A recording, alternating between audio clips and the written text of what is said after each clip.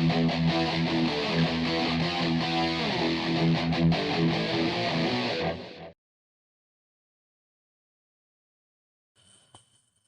दोस्तों, स्वागत है आपका मेरे YouTube channel dream for destination पर। एक बार फिर से लेकर हम उपस्थित हुए हैं इंग्लिश ग्रामर सीरीज का एक और भाग। आज के भाग में मैं आपको बताऊंगा कि जो प्रेजेंट इंडेफिनिट टेंस है उसका और किन किन परिस्थितियों में यूज़ किया जाता है।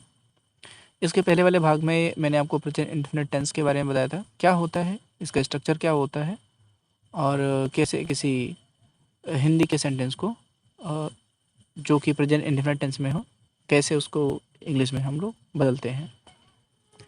तो वीडियो स्टार्ट करें इसके पहले अगर आप मेरे चैनल पे नए हो तो चैनल को सब्सक्राइब कर लीजिएगा और बगल में बेल आइकन है उसको दबा दीजिए, जिससे मेरे सभी वीडियो के अपडेट आपको टाइम पे मिलते रहें। और अगर पूरा देखने के बाद वीडियो आपको अच्छी लगती है तो वीडियो को लाइक कर दीजिएगा, दोस्तों के साथ शेयर भी कर दीजिएगा। इससे मुझे मोटिवेशन मिलता है और वीडियो बनाने का मन करता है मेरा। तो चलिए बिना किसी देरी के शुरू करते हैं आज का यह लेसन। तो आज जो मैंने टॉपिक लिया है वो है टॉपिक है आज का प्रेजेंट टेंस।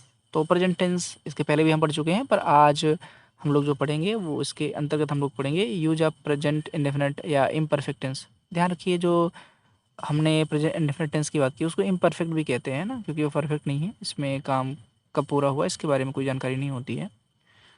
तो चूँकि हम इसके स्ट्रक्चर को पहले ही देख चुके हैं, कैसे हम इसको बनाते हैं देख चुके हैं, तो आज हम देखेंगे किन किन कंडीशंस में हम इसका और यूज़ करते हैं।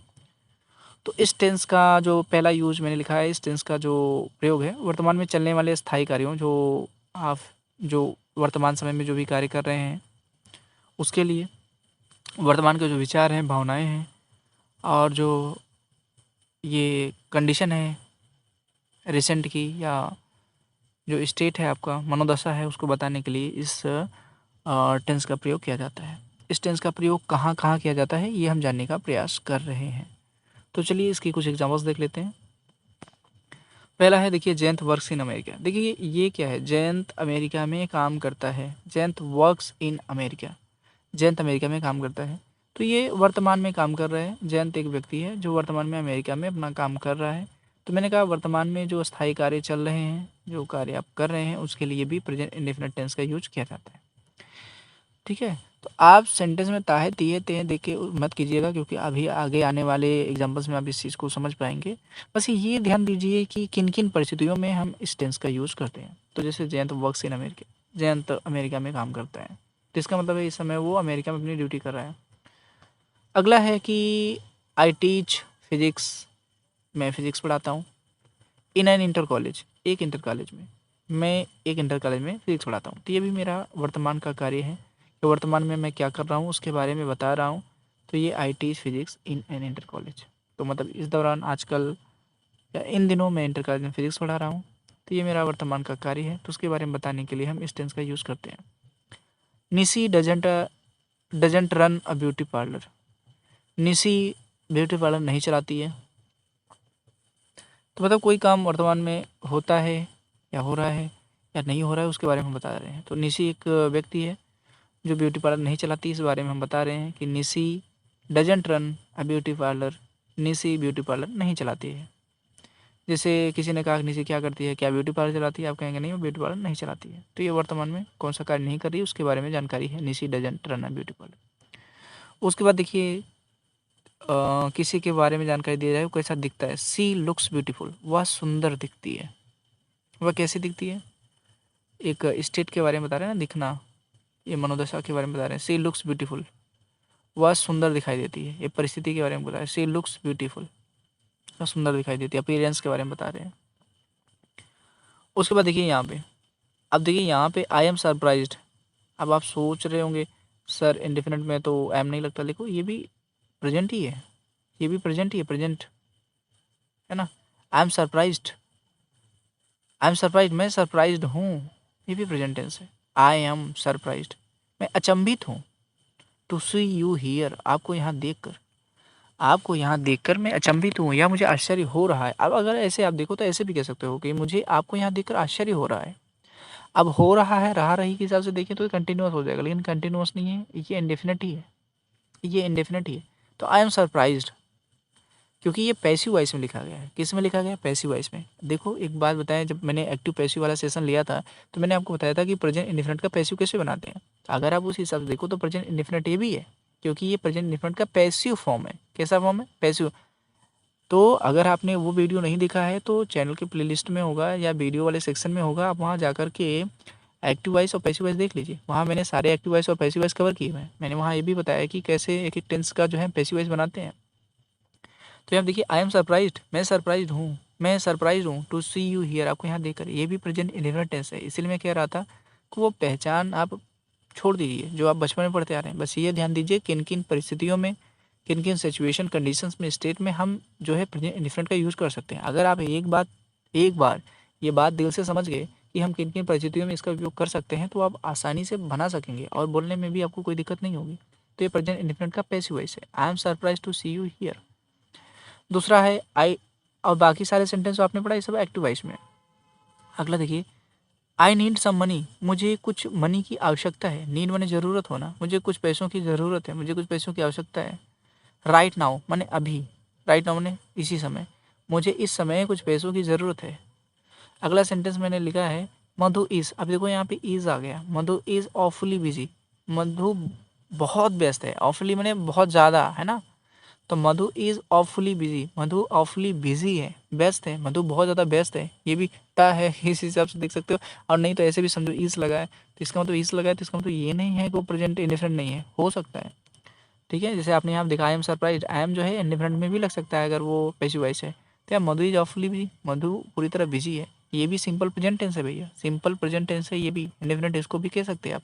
मधु इज ऑफुली बिजी, मधु बिल्कुल व्यस्त है। उसके बाद अगला सेंटेंस है they they both they both taste the same. यहाँ पे आप देखिए, यहाँ पे मैं लिख रहा हूँ they both taste the same. इसका मतलब है दोनों का स्वाद एक जैसा है, या दे माने वे, बोथ माने दोनों, वे दोनों, टेस्ट द सेम, एक ही तरह की चीज़ों का टेस्ट है उन लोगों का, माने उनकी रुचियाँ एक जैसी हैं। They both taste the same, उनकी रुचियाँ एक जैसी हैं, सेम टेस्ट है दोनों का टेस्ट सेम है ना। टेस्ट द सेम, दोनों का टेस्ट सेम है, दोनों की रुचि एक जैसी है, दोनों का स्वाद एक जैसा है। तो ये इसका मतलब है। अगले पे आते हैं हम लोग। यहाँ भी देखिए, अब ये तो पहली स्थिति हो गई, किन किन कंडीशन में हम प्रेजेंट इंडिफिनिट टेंस का यूज करते हैं। अब दूसरी परिस्थिति पे आते हैं, किसी यूनिवर्सल ट्रूथ। यूनिवर्सल ट्रूथ माने जो पहले भी सही था, आज भी सही है, कल भी रहेगा, के लिए भी इस टेंस का यूज होता है। देखिए कैसे, उदाहरण से आप आसानी से इस बात को समझ पाएंगे। देखिए पहला उदाहरण है the earth moves around the sun. पृथ्वी सूर्य के, अर्थ मूव्स, यस इसलिए लगा है यहाँ पे क्योंकि ये जो है अर्थ जो है, दी अर्थ जो है ये थर्ड पर्सन सिंगुलर है। दी अर्थ मूव्स अराउंड द सन, जो धरती है मूव करती है कहाँ, राउंड द सन, सन के चारों ओर, सूर्य के चारों ओर पृथ्वी मूव करती है, घूमती है, ठीक है, चलती है। तो ये एक यूनिवर्सल ट्रूथ है, ये हमेशा ऐसा ही होता है। ऐसे चीज़ों के लिए भी हम प्रेजेंट इंडेफिनिट टेंस का यूज़ करते हैं। अगला है two and two gives four. Two और टू चार होता है, या दो और दो मिलकर चार देता है ना। यहाँ पे टू एंड टू दो सब्जेक्ट नहीं है, बल्कि टू एंड टू एक ही सब्जेक्ट, दो दो मिलकर चार होता है। आप कहते हैं ना दो दो मिलकर चार होता है, क्या आप दो दो मिलकर चार होते हैं या सभी कहते हैं दो दो मिलकर चार होते हैं। तो लेकिन जो है आप अगर दो और दो मिलकर कितना होता है, चार। आप हिंदी में कैसे बोलते हो, दो और दो मिलकर चार होता है, ठीक है। तो two and two gives four, तो यहाँ पे टू एंड टू एक सिंगल सब्जेक्ट है, एक ही सब्जेक्ट है, इसलिए यहाँ पे यस लगा है फोर, क्योंकि यहाँ टू एंड टू का मतलब है दो दो, दो दो मिलकर कितना होता है, चार होता है, गिव्स फोर। तो ये भी आपको बाद में सब्जेक्ट वर्ब एग्रीमेंट जब हम पढ़ाएंगे तो आपको बताएंगे कि कब सब्जेक्ट सिंगुलर होता है, कब सब्जेक्ट प्लूरल होता है, सब्जेक्ट को कैसे पहचानते हैं, उसके अकॉर्डिंग कैसे हम वर्ब लगाते हैं। ये भी बहुत पूछा जाता है कॉम्पिटिटिव एग्जाम्स में, बहुत सारे क्वेश्चन इससे पूछे जाते हैं और ये बड़ा फेवरेट टॉपिक है एग्जाम का, ठीक है। अगला देखते हैं, द गंगा। गंगा माने गंगा नदी, स्प्रिंग्स माने निकलती है, फ्रॉम द हिमालयाज, हिमालय से, फ्रॉम द हिमालयाज माने हिमालय से गंगा निकलती है। ये भी यूनिवर्सल ट्रूथ है, सार्वभौमिक सत्य है, हमेशा सत्य है, गंगा हिमालय से ही निकलती है। ऐसा नहीं कि आज हिमालय से निकल रही है तो कल अरावली से निकल जाएगी, तो ये सार्वभौमिक सत्य है। अगली बात करते हैं, ये तो आप समझ गए, सार्वभौमिक सत्य के लिए हम जो है ये मैथमेटिकल जो है बात है जो कि बिल्कुल पूरी तरह सत्य है, ये भी यूनिवर्सल ट्रूथ है। उसी तरह से अब तीसरी स्थिति क्या है जब हम इंडेफिनिट का यूज़ करते हैं प्रेजेंट के। तो जैसे वर्तमान की कोई हैबिट बताने के लिए, है ना, वर्तमान में अगर आपके पास कोई हैबिट है, जैसे मैं रोज़ सुबह 1 गिलास दूध पीता हूँ, ये मेरी वर्तमान की हैबिट है। तो ऐसा बताने के लिए भी हम प्रेजेंट इंडेफिनिट टेंस का यूज़ करते हैं। ऐसा एक चीज़ और देखने को मिलता है कि ऐसे वाक्यों में जो है ना, लास्ट में या पहले आपको प्रायः देखने को मिलेगा, पहले या लास्ट में देखने को मिलेगा डेली माने रोज़, एवरीडे माने प्रतिदिन, एवरी नाइट रोज़ रात को या हर रात को, एवरी वीक हर हफ्ते, एवरी मॉर्निंग हर सुबह, एवरी मंथ माने हर महीने, एवरी ईयर हर साल, उसके बाद ऑलवेज माने हमेशा, नेवर माने कभी नहीं, सेल्डम माने कभी कभी, रेयरली माने मुश्किल से कभी, स्कार्सली माने भी वही होता है जो रेयरली होता है, यूजुअली माने प्रायः, जनरली माने अक्सर या लगभग, है ना, वंस माने वंस या देखो वंस अ डे माने दिन में एक बार, वंस अ वीक हफ्ते में एक बार, वंस अ मंथ महीने में एक बार, वंस अ ईयर साल में एक बार। तो ऐसा लगा रहता है जिसमें ट्वाइस अ वीक हफ्ते में 2 बार, ट्वाइस अ मंथ हफ्ते में 2 बार, थ्राइस अ वीक, है ना, इस तरह की twice a week, thrice a week. तो या सम टाइम्स कभी कभी, ऐसा जहाँ लगा हो ना, ऐसा जहाँ लगा हो तो मान के चलिए वहाँ पे प्रेजेंट इंडेफिनिट टेंस का यूज होता है। ये आप समझिए क्लू है, क्लू आपको क्लू मिल गया, आपको हिंट मिल गया कि अगर ये सारे सेंटेंस लगे हुए हैं, सॉरी सेंटेंस बोल रहा हूँ मैं, ये सारे वर्ड अगर लगे हुए हैं सेंटेंस के आखिर या फर्स्ट में कहीं भी, तो वो उसका जो ट्रांसलेशन होगा, उसको जो बनाया जाएगा वो प्रेजेंट इंडेफिनिट टेंस में बनाया जाएगा। तो बहुत बड़ा हिंट है, ठीक है। चलिए उसके कुछ एग्जाम्पल्स देख लेते हैं। पहला है कि ही ऑलवेज, ऑलवेज आ गया, तो ही always comes here at night. वह ऑलवेज मैंने हमेशा, कम्स मैंने आता है, हियर मैंने यहाँ, एट नाइट मैंने रात को, वह हमेशा रात को यहाँ आता है, वह हमेशा रात को यहाँ आता है। तो बात समझिए इस बात को, वह हमेशा रात को यहाँ आता है। अब यहाँ पर आ गया ऑलवेज, ऑलवेज है तो आदत बता रहा है, कम्स क्या, वह हमेशा यहाँ रात में आता है तो ये उसकी आदत है, वर्तमान की आदत है। तो देखिए इसमें एक हिंट मिल गया, ऑलवेज, ऑलवेज आ गया, इसलिए यहाँ पे कम्स आया है, इंडिफरेंट टेंस का यूज किया गया है। उसी तरह से आई ऑफन से दिस, मैं अक्सर यह कहता हूँ। आई ऑफन माने अक्सर, से माने कहना, दिस माने यह, मैं अक्सर यह कहता हूँ। आई ऑफन से दिस, मैं अक्सर यह कहता हूँ। तो ऑफन आया है यहाँ पे, ऑफन, ऑफन शायद मैं उधर लिखना भूल गया हूँ। तो ऑफन भी आप समझिए, ऑलवेज है, ऑफन है, ये सारी चीज़ें जो चीज़ें अक्सर बताती हैं, जनरली यूजुअली मैंने वहाँ भी यूज़ किया था, ऑफन भी आप कर सकते हो जिसका अर्थ होता है प्रायः। तो हमेशा ऐसा होता है, प्रायः ऐसा होता है, जनरली ऐसा होता है ना, कभी कभी ऐसा होता है, कभी नहीं ऐसा होता है, हमेशा ऐसा होता है। तो ऐसी सिचुएशन में हम जो है प्रेजेंट इंडेफिनिट टेंस या प्रेजेंट इम्परफेक्ट टेंस का यूज़ करते हैं। तो आई ऑफन से दिस, मैं अक्सर यह कहता हूँ, ठीक है। उसके बाद Shailendra goes to temple, Shailendra मंदिर जाता है डेली, रोज, देखो डेली आ गया, Shailendra goes to temple daily, Shailendra रोज मंदिर जाता है, इन द मॉर्निंग मैंने सुबह, शैलेंद्र सुबह मॉर्निंग में रोज मंदिर जाता है, तभी उसकी आदत है। अब उसके बाद देखिए, Diwali comes once a week, once a, sorry sorry once a week नहीं, once a year, Diwali comes once a year, once a year माने साल में एक बार, दिवाली आती है, कम्स माने आती है, Diwali comes once a year, यहाँ पे भी प्रेजेंट इंडिफरेंट टेंस का यूज़ किया गया है। और ये कैसे प्रेजेंट इंडिफरेंट टेंस बनाया जाता है, अगर आप पहली बार ये वीडियो देख रहे हैं तो इसके पहले मैंने प्रेजेंट इंडिफरेंट टेंस के बारे में एक वीडियो और अपलोड किया है, मैं टेंस के बारे में, ये तीसरा वीडियो है। तो आप पहले वीडियो, फिर दूसरा वीडियो, फिर तीसरा वीडियो देखिए, सीक्वेंस में देखेंगे तो मेरी बातें आपको ज़्यादा समझ में आएगी, क्योंकि हर आने वाला अगला वीडियो पिछले वीडियो से इंटरलिंक्ड रहता है, ठीक है। तो Diwali comes once a year, Diwali साल भर में एक बार आती है। उसी तरह से देखिए, Soni does not go to bed, Soni सोने नहीं जाती है, अर्ली एट नाइट, रात में जल्दी, सोनी रात में जल्दी सोने के लिए नहीं जाती है, गो टू बेड माने सोने जाना, गो टू बेड माने सोने जाना, ठीक है। तो go to bed early at night, तो Soni does not go to bed early at night, Soni, ये भी आदत है कि सोनी रात में जल्दी सोने नहीं जाती है, तो भी उसकी आदत है, तो इसलिए यहाँ पे प्रेजेंट इंडेफिनिट टेंस का वर्तमान की हैबिट को बारे में बताने के लिए इसका यूज किया गया। अगला जो है कि अगला जो है कि I go to college on time, I go to college on time, तो मैं कॉलेज समय पर जाता हूँ, आई गो मैंने मैं जाता हूँ, कहाँ जाता हूँ, टू कॉलेज, कॉलेज जाता हूँ, कब जाता हूँ, ऑन टाइम, समय पर जाता हूँ। तो I go to college on time, I go to college on time, मैं कॉलेज समय पर जाता हूँ। तो ये भी मेरी एक वर्तमान की आदत है, हैबिट है, जिसके बारे में बता रहा हूँ। रूटीन है मेरा, रूटीन, देखिए रूटीन बताने के लिए, हैबिट बताने के लिए प्रेजेंट इंडेफिनिट टेंस का यूज़ किया जाता है। तो ठीक है, तो आई होप आपको ये बात समझ में आ गई होगी। चलते हैं अगले रूल पे।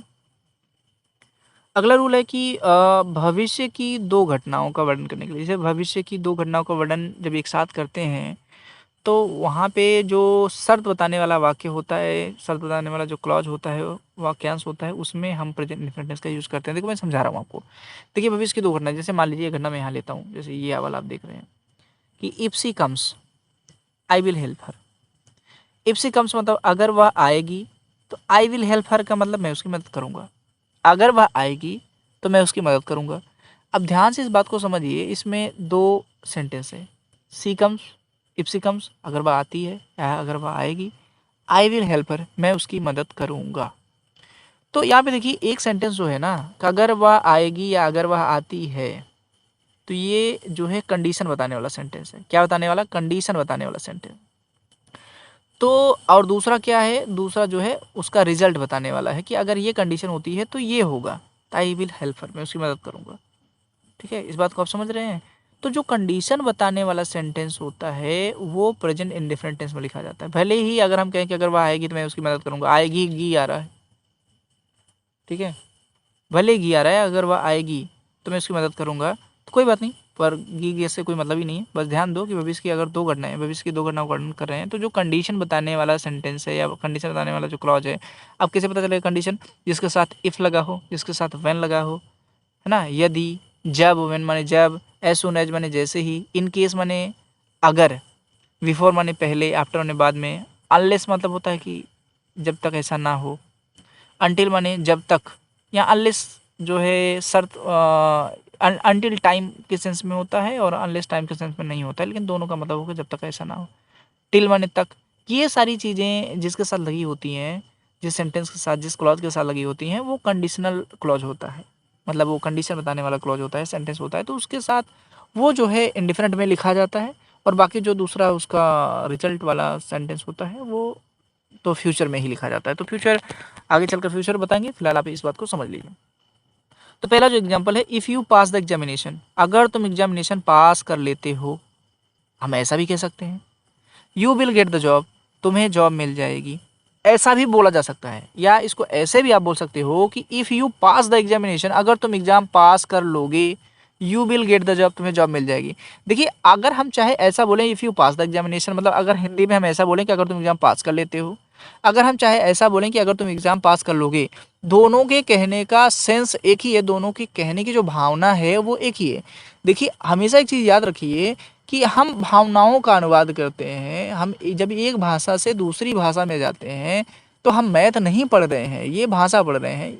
और भाषा में क्या होती है? अपने विचारों, अपनी भावनाओं को एक दूसरे तक पहुंचाना, जिसके लिए हम भाषा का प्रयोग करते हैं। तो ये हमेशा याद रखिए, मन में बना लीजिए कि हम सेंटेंस को देखकर नहीं कि वो सेंटेंस कहना क्या चाह रहा है, उस सेंटेंस की भावना क्या है, उस भावना का ट्रांसलेशन करेंगे। ठीक है, ये बात हमेशा याद रखिए कि जब भी कोई ऐसा सेंटेंस हो फ्यूचर का जिसमें एक शर्त बताई गई हो और दूसरा उस शर्त के अनुसार होने वाला दूसरा काम बताया गया हो, ऐसी जब भी कोई बात हो, भविष्य की दो घटनाओं का वर्णन किया गया हो, तो जिसके साथ शर्त लगी है वो हमेशा इंडिफरेंट में होगा, जिसके साथ शर्त नहीं लगी है वो जो है फ्यूचर में होगा। ठीक है, तो इसका मतलब यही, चाहे आप हिंदी में कुछ भी मीनिंग निकालो। If you pass the examination, अगर तुम एग्जामिनेशन पास कर लोगे, you will get the job, तुम्हें जॉब मिल जाएगी।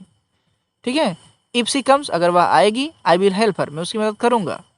अब चाहे अगर वह आती है तो मैं उसकी मदद करूंगा, चाहे वह आएगी तो मैं उसकी मदद करूंगा। आप चाहे जैसे हिंदी में बोल लीजिए, लेकिन जो है ट्रांसलेशन ऐसे ही होने वाला है। अगला सेंटेंस देखिए, अनलेस यू वर्क हार्ड, जब तक तुम हार्ड वर्क नहीं करोगे। अनलेस यू वर्क हार्ड, जब तक तुम हार्ड, देखो अनलेस ऑलरेडी इसमें निगेशन होता है, ऑलरेडी इसमें नकारात्मक भाव छिपा होता है, इसलिए नॉट नहीं लगता है इसके साथ। जब भी अनलेस अनटिल लग जाए ना तो उसमें नॉट नहीं लगेगा, क्योंकि इसमें खुद ही पहले से नकारात्मक भाव होता है, मतलब नेगेटिविटी की सेंस होता है इसमें, पहले से निगेशन होता है, निषेध होता है। ठीक है, तो अनलेस जब तक कि नहीं, यू वर्क हार्ड, तुम हार्ड वर्क करते हो, जब तक तुम हार्ड वर्क नहीं करते हो। तो या फिर टाइम के बारे में नहीं बता रहा है, शर्त है, एक शर्त है कि तुम हार्ड वर्क जब तक नहीं करते हो, यू विल नॉट सक्सीड, तुम सफल नहीं होगे। तो यू वर्क हार्ड, तो यहाँ पे क्या इंडिफरेंट में है, और you will not succeed future में है। अब फ्यूचर इंडिफिनिट है, ये भी बता दे रहा हूँ, ये फ्यूचर इंडिफिनिट है और ये प्रेजेंट इंडिफिनिट है। ठीक है, तो अनलेस यू वर्क हार्ड। अगला है कि I will ring you up, मैं आपको फ़ोन करूँगा। I will ring you up, मैं आपको फ़ोन करूँगा।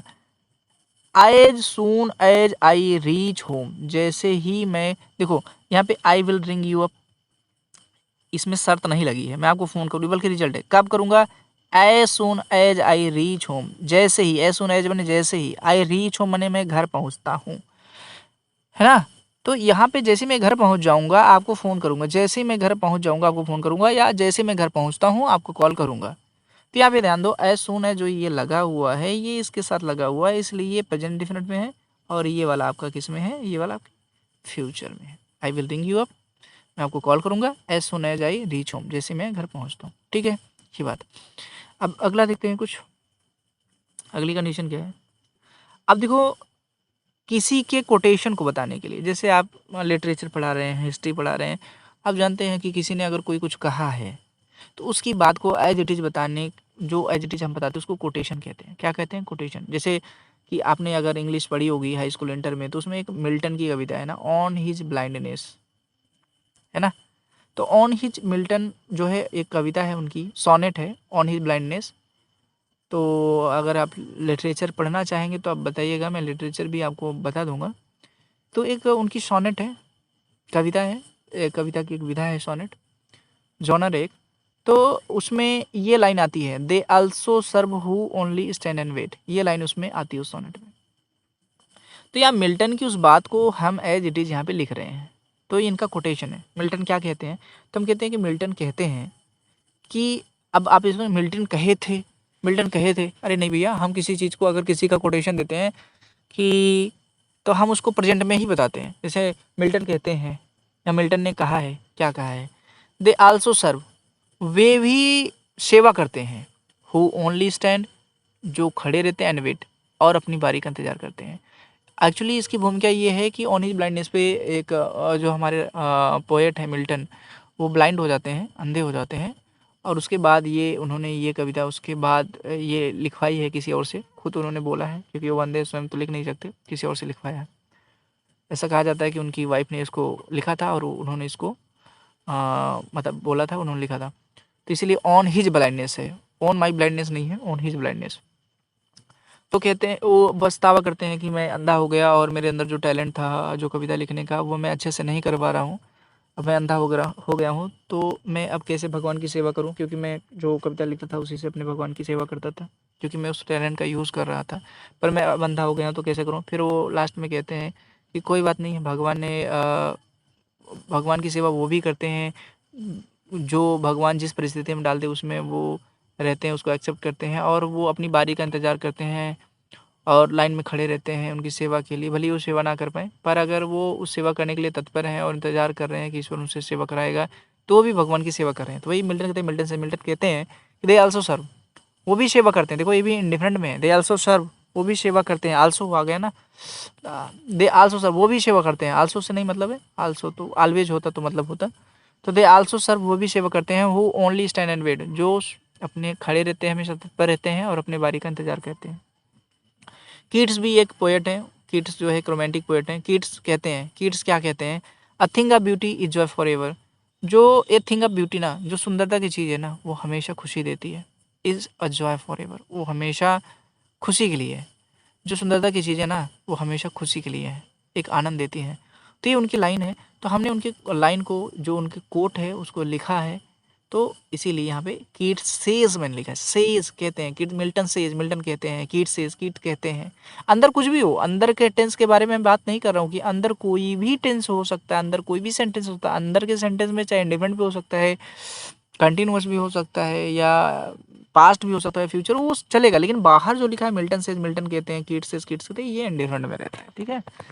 तो ये इंडिफरेंट में रहता है, मैं ये कह रहा था कि मिल्टन सेज ये इंडिफरेंट है, कीट सेज ये इंडिफरेंट है, बाकी अंदर जो उन्होंने कहा है उसको मैंने डिजिटल लिख दिया। तो उनका कोटेशन बताने के लिए भी इस प्रेजेंट इंडेफिनिट टेंस का यूज़ किया जाता है। दूसरी बात कि ऐतिहासिक घटनाओं का वर्णन करते समय भी इस टेंस का प्रयोग किया जाता है। आपने ध्यान दिया हो कि अगर आप क्लास में पढ़ रहे हो, हिस्ट्री की क्लास चल रही है, तो उसमें ये नहीं कहते हैं कि गजनवी आया था, उसने ये किया था, उसने कहते, वो तो जो पढ़ाने का तरीका होता है, जो बताने का तरीका होता है, उसको ऐसे बताया जाता है कि जैसे वो प्रेजेंट में हो रहा है, मतलब ताज़ा करके बताया जाता है, एकदम रिफ्रेश करके। जैसे आप कहते हैं कि 712 में जो है मोहम्मद बिन कासिम आता है और यहाँ पे राजा दाहिर को हरा देता है, हरा के फिर जो है उनको मार देता है, तो इस जो सिंध प्रांत में राजा दाहिर थे उनको मार के चला जाता है, तो चला जाता है, आता है, ये करता है, वो करता है, मैं इसको रिफ्रेश करके बताया, ये नहीं कि कहने को तो आप कह सकते हैं कि 712 मोहम्मद बिन कासिम आया, उसने मारा, वो चला गया, है ना।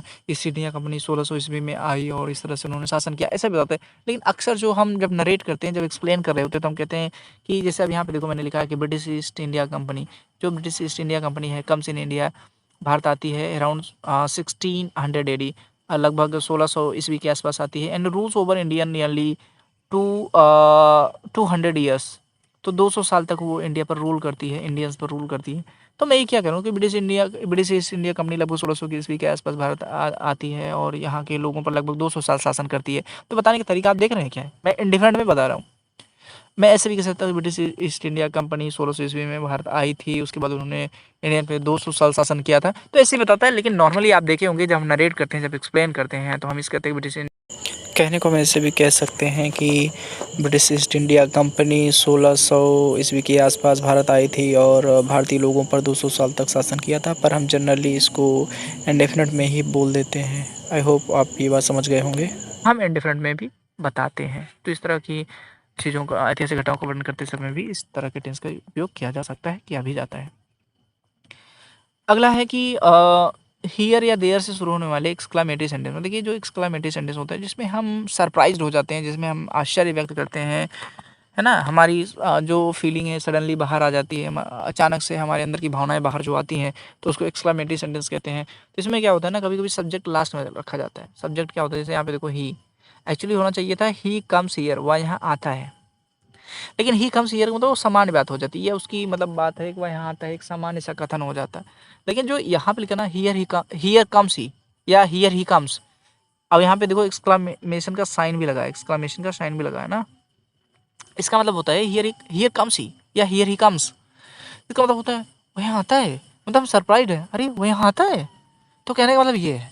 तो एक जो सरप्राइज जो एक्सप्रेस करना है, जो मतलब कहते हैं ना, कहते हैं सडन फीलिंग को जो हमें एक्सप्रेस करना है, तो यहाँ पे क्या हो जाता है कि सब्जेक्ट को मतलब जो है बाद में लिखते हैं हियर और देयर से, इसको जो है इंट्रोड्यूस करते हैं, इस सेंटेंस को हियर और देयर से इंट्रोड्यूस करते हैं, मतलब इनसे वाक्य की शुरुआत करते हैं और सब्जेक्ट को हम पीछे रख देते हैं या जो है हियर के बाद रख देते हैं। यहाँ देख लो हियर कम्स ही और हियर ही कम्स, दोनों सही है। देयर गो यू या there you go, there you go, here he comes या here comes he, there go you, तुम वहाँ जाते हो, मतलब मैं सोच भी नहीं सकता तुम वहाँ जाते हो, तुम वहाँ जाते हो। तो इस तरह के सेंटेंसेस में भी इस टेंस का यूज होता है, लेकिन यहाँ पे थोड़ा सा जो स्ट्रक्चर है वो बदल जाता है जब एक्सक्लामेटरी सेंटेंस में। ध्यान रखिए एक्सक्लामेटरी सेंटेंस में हमेशा जो नॉर्मल स्ट्रक्चर होता है यूज नहीं होता है, ठीक है, नॉर्मल स्ट्रक्चर यूज नहीं होता है। सम टाइम तो इसमें जो वर्ब है सबसे लास्ट में आ जाता है, जैसे हिंदी की तरह आता है। तो ये एक्सक्लामेटरी सेंटेंस होता है। चलिए लास्ट एक और रूल है जिसके बारे में मैं आपको बता रहा हूँ, तो ये है कि जैसे रेडियो में जो प्रोग्राम आते हैं, टेलीविज़न की जो रनिंग कमेंट्री, चाहे रेडियो टेलीविज़न पे जो रनिंग कमेंट्री चल रही है, कमेंट्री आप सुनते हैं ना, जब मैच चल रहा होता है कमेंट्री होती रहती है, और न्यूज़पेपर की जो हेडलाइंस आती है उसमें भी प्रेजेंट इंडेफिनिट टेंस का यूज किया जाता है। अगर आप न्यूज़पेपर कभी उठा के देखिए तो उसमें भी इस तरह की चीज़ों का यूज, जैसे कल कोई घटना घटी है, आज कोई घटना घटी, तो इसका न्यूज़पेपर में कल आएगा ना, तो कल जो उसमें हेडलाइन आएगी वो प्रेजेंट इंडेफिनिट टेंस में नॉर्मली लिखा रहता है, जनरली लिखा रहता है। कमेंट्री में भी जब हम बोलते हैं तो उसमें लिखते हैं, जैसे मैं उदाहरण बता रहा हूँ, जैसे कमेंट्री में जैसे कहें कि Kumble runs after the ball, catches it and throws it to Ganguly, तो कहना मतलब है कुंबली दौड़े, बॉल के पीछे दौड़े, कुंबले बॉल के पीछे दौड़े, पकड़ा इसे और उसको फेंक दिया है गांगुली के पास, फेंक दिया है। पर मैं बोल कैसे रहा हूँ, देखो यूज क्या कर रहा हूँ, भले बोल हिंदी में तो मैं बोल रहा हूँ कि कुंबले बाल के पीछे दौड़े और उसको पकड़ करके गांगुली के पास फेंक दिया है, भले ही से बोल रहे हैं, लेकिन इंग्लिश में कैसे रहे, Kumble runs after the ball, Kumble ball के पीछे रन करते हैं, Kumble runs after the ball, catches it and throws it to Ganguly, क्योंकि मैं कुंबले सिंगुलर है इसलिए मैं यहाँ पे रन्स कैचेस थ्रोज लगाया। तो Kumble runs after the ball, catches it and throws it to Ganguly, Ganguly के पास उसको फेंक देते हैं। तो ये रनिंग कमेंट्री में जो है, चूंकि घटनाएं तुरंत घट रही हैं, तो हम प्रेजेंट इंडेफिनिट टेंस में उसको पास्ट में नहीं यूज करते हैं, उसको हम प्रेजेंट इंडेफिनिट में यूज करते हैं। और न्यूज़पेपर की बात कर लें, जैसे मान लो अफजल गुरु को जब फांसी हुई थी, तो अफजल गुरु को जब फांसी लटकाई, अगले दिन आया कि अफजल गुरु हैंग्स, अगले दिन न्यूज़पेपर में आया कि अफजल गुरु हैंग्स। अफजल गुरु हैंग्स अगर हिंदी में देखे तो क्या हो जाए, अफजल गुरु को फांसी दी जाती है, लेकिन ऐसा नहीं है, वहाँ पे अफजल गुरु को फांसी दी गई, अफजल गुरु को फांसी दी गई, मीनिंग ये होती है। लेकिन एक चीज़ ध्यान रखो, हमेशा भी जब आप न्यूज़पेपर पढ़ रहे हो तो अगर इस तरह का लिखा हो तो आप समझो ये घटना पिछले समय घटी है, ये नहीं कि अफजल को फांसी दी जाती है, ये कोई समानता थे थोड़ी अफजल को फांसी दी जाती है। तो ये घटना घट गई है ना, घटी है, ये हमेशा घटने वाली घटना थोड़ी है। इसलिए बात ध्यान देनी है कि अफजल गुरु हैंक्स माने अफजल गुरु को फांसी दे दी गई, अफजल गुरु को लटका दिया गया, ठीक है। तो ये दर्शाने के लिए भी इस टेंस का यूज करते हैं। तो अब इसीलिए मैं कह रहा था भाई भावना को समझिए। आप हिंदी में कैसा बोलते हैं, ठीक है, हिंदी की अपनी भावना है, हिंदी का अपना स्ट्रक्चर है, इंग्लिश का अपना स्ट्रक्चर, लेकिन स्ट्रक्चर अलग हो सकता है लेकिन भावना तो वही रहती है ना। अब हिंदी में जब हम हिंदी में बात करते हैं तो अपने अंदर की भावनाओं को जब हिंदी में बता रहे हैं तो हिंदी का स्ट्रक्चर कुछ भी हो सकता है, जो भी होना होगा। इसी तरह जब इंग्लिश में बात कर रहे हैं तो भावना वही रहेगी पर उसका स्ट्रक्चर दूसरी तरह रहेगा। तो हमें उस स्ट्रक्चर को समझना चाहिए कि कैसे स्ट्रक्चर लिखते हैं और किन किन परिस्थितियों में हम किस टेंस का यूज कर सकते हैं या करते हैं। तो ये बात जानना जरूरी है। पहचान रहा रही था देती ये जानना जरूरी नहीं है, बस हमें ये जानना जरूरी है कौन कौन से कंडीशन में, किस किस सिचुएशन में हम जो है इन टेंसेस का यूज़ कर सकते हैं, कहाँ कहाँ हम यूज़ कर सकते हैं, ये जानना बहुत इंपॉर्टेंट है। ठीक है, हमें रटने पे नहीं आना है, हमें समझने पे आना है। हम लैंग्वेज सीख रहे हैं, अपनी भावनाओं को एक्सप्रेस करना सीख रहे हैं कि इस भाषा में ऐसे एक्सप्रेस करते हैं तो दूसरी भाषा में कैसे करेंगे, एक्चुअल में ये किया जा रहा है। ठीक है, आई होप आपको ये बात समझ में आ रही होगी। मुझे मतलब जितना ज़रूरी था कि और जहाँ जहाँ प्रेजेंट डिफरेंट टेंस का यूज किया जाता था, जिन जिन परिस्थितियों में, मैंने बताने की पूरी कोशिश की है। अगर कोई छूट गया हो तो मैं उसके आगे आने वाले वीडियोज़ में अपडेट कर दूँगा। तो आई होप आपको वीडियो अच्छी लगी होगी। वीडियो अच्छी लगी हो भाई प्लीज़ लाइक कर दीजिएगा, प्लीज़ लाइक कर दीजिए, कमेंट जरूर कीजिएगा। आप लोग कमेंट नहीं करते हो, कमेंट करके बताइए वीडियो कैसी लग रही है। मैं पता नहीं, जब आप कमेंट नहीं करोगे तो मुझे कैसे पता चलेगा कि मैं जो पढ़ा रहा हूँ ठीक पढ़ा रहा हूँ कि नहीं ठीक पढ़ा रहा हूँ। तो कमेंट आप जरूर कम से कम बताइए कि ये अच्छा पढ़ा रहे हैं, नहीं अच्छा पढ़ा रहे हैं। जो भी आपको पॉजिटिव नेगेटिव फीडबैक देना है, फीडबैक कम से कम कमेंट के माध्यम से दीजिए। और आप ये भी बताइए उस फीडबैक में कि और क्या करना चाहिए, कैसे करें कि आपके लिए ज़्यादा बेनिफिशियल हो। देखो मैं देखिए यहाँ पे जब मैं वीडियो बना रहा होता हूँ तो मेरे सामने कोई नहीं है, ठीक है, मैं यहाँ पे कोई क्वेश्चन करने वाला नहीं, क्रॉस क्वेश्चन नहीं करने वाला है कि मैं एक्सप्लेन कर पाऊँ। तो यहाँ पे क्या होता है कि मुझे खुद ही कैमरे के सामने देखना है और रिकॉर्ड करना है ना।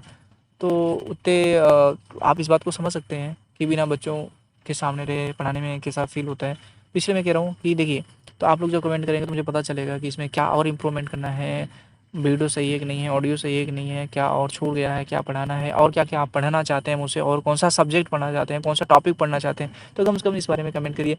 आपके लाइक करने से, कमेंट करने से मुझे मोटिवेशन मिलता है और वीडियो देखिए, इसी से तो मुझे और वीडियो बनाने का मन करता है। अगर कुछ लाइक नहीं होगा, शेयर नहीं होगा, सब्सक्राइब नहीं होगा, कमेंट नहीं आएंगे तो फिर मैं क्यों बनाना चाहूँगा, है ना। मैं ऑनलाइन प्लेटफॉर्म पे सिर्फ इसलिए आया हूँ कि भाई जो भी मैं कर सकता हूँ शिक्षा जगत में, जो भी मैं दे सकता हूँ, क्योंकि यहाँ पे जानते हैं यूट्यूब पे बहुत सारे कंटेंट है जो फ्री में मिल जाते हैं लोगों को पढ़ने के लिए, जो कि फ़ीस दे के देना पड़ता है। तो इससे क्या है कि जो भी मेरे पास है, जो भी मैं थोड़ा बहुत दे पा रहा हूँ, रोज़ रोज़ नहीं दे पाता हूँ क्योंकि मैं भी कहीं पढ़ाता हूँ, है ना। तो या और भी मेरे पास काम होते हैं तो रोज़ नहीं दे पाता। जब भी मुझे मौका मिलता है तो किसी एक दिन पीपीटी बना लिया, कभी इसको रिकॉर्ड कर लिया, फिर एडिट करके आपके पास पहुँचा दिया, जो भी है जैसे भी है इसका प्रोसेस। तो कहने का मतलब ये है कि जब आप लोग रिस्पॉन्स करोगे, है ना, जब आप रिस्पॉन्ड करोगे, हमको रिस्पॉन्स मिलेगा आप लोगों का, तो मेरा फिर और आगे वीडियो बनाने का मन करेगा। तो मुझे समझ में आएगा कि भाई क्या और करना है, किस टॉपिक पर बनाना है, कैसे बनाना है, चीज़ें समझ में आएगी। तो आई होप कि आपको वीडियो अच्छा लगा होगा, सारी चीज़ें ठीक लगी होगी। तो वीडियो को लाइक कर दीजिएगा, शेयर कर दीजिएगा बाकी लोगों के साथ, सब्सक्राइब कर दीजिएगा और कमेंट जरूर कीजिएगा। तो आज के लिए बस इतना ही। Thank you. स्वस्थ रहिए, व्यस्त रहिए, मस्त रहिए, पढ़ते रहिए।